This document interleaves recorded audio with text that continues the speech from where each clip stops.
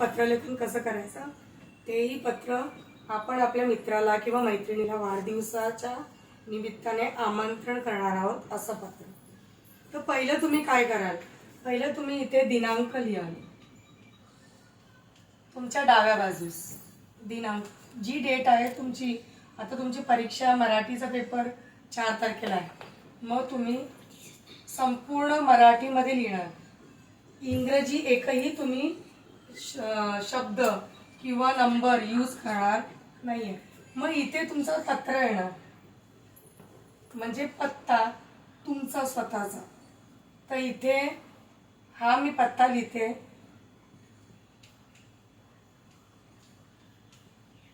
सत्रा राधा निवास,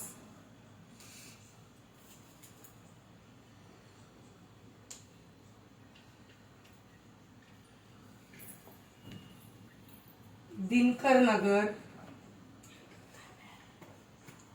बोरीवली,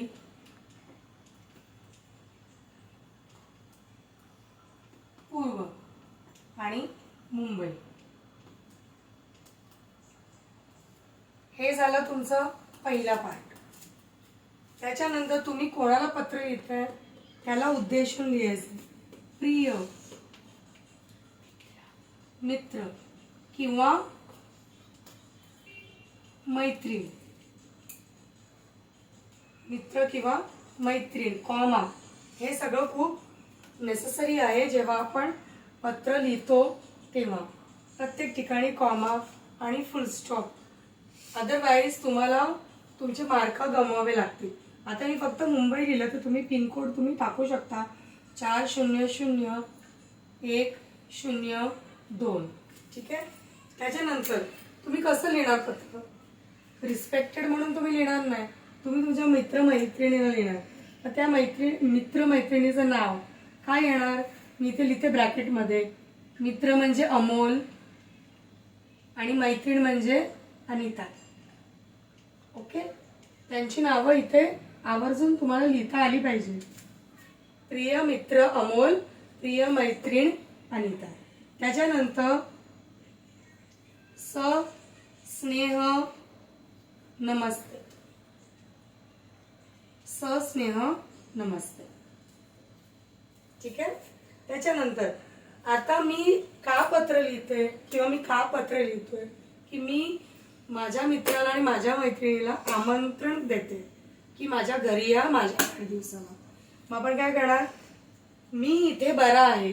आता मी हे सगळं तुम्हाला लिहत नाही बसत आहे, मी फक्त मेन तुम्हाला सांगते की हा पहिला पार्ट, हा सेकंड पार्ट, आणि इथे तुमचा मजकूर येणार जे तुम्ही तुमच्या पत्रामध्ये लिहिणार आहात. मजकूर की मी सुरुवात कशी कराल, मी इथे बरी आहे, इथे बरी आहे. आणि मग पुढे तुम्ही तुमचं सुरुवात करणार की तू कसा आहेस किंवा कशी आहेस, माझा वाढदिवस या दिवशी आहे, तर तू आणि तुझा परिवार किंवा तुझे भाऊ बहीण माझ्या वाढदिवसाला आलात तर मला बरं वाटेल. आणि त्याच्यासाठी या तुम्ही 2 तास आधी किंवा 3 तास आधी तुम्ही बोलवलात तर ते वाक्य पण तुम्ही आवर्जून लिहायचं आहे. आल्याच्या नंतर आपण खूप गप्पा गोष्टी करू, मजा करू, बोलू, शाळेतल्या गमती जमती सांगू.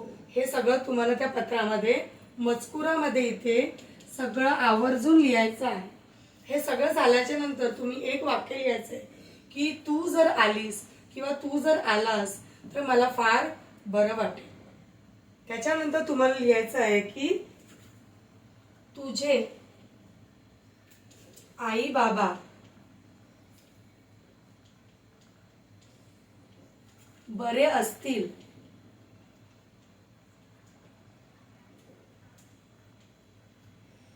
अशी मी आशा करते, अशी मी आशा करते. त्याच्यानंतर सेंटेन्स तुम्हाला लिहायचं आहे, लवकरात लवकर आले तर बरं होईल, मी वाट पाहते. त्याच्यानंतर तुमचं नाव, जे नाव असेल ते, सुमन किंवा सुमती.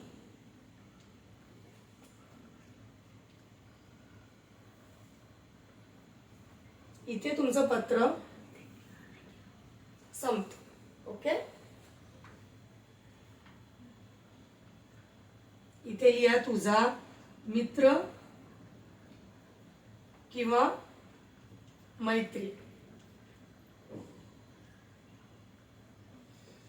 असं जर तुम्ही पत्र लिहिलं तर तुमचे मार्क कुठेही जाणार नाही. ओके.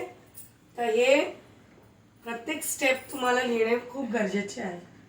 त्याच्यासाठी best of luck for your exams. नीट पत्र लिहा. उद्यापर्यंत आपण दुसरा व्हिडिओ बनवू फक्त मराठीसाठी. थँक्यू.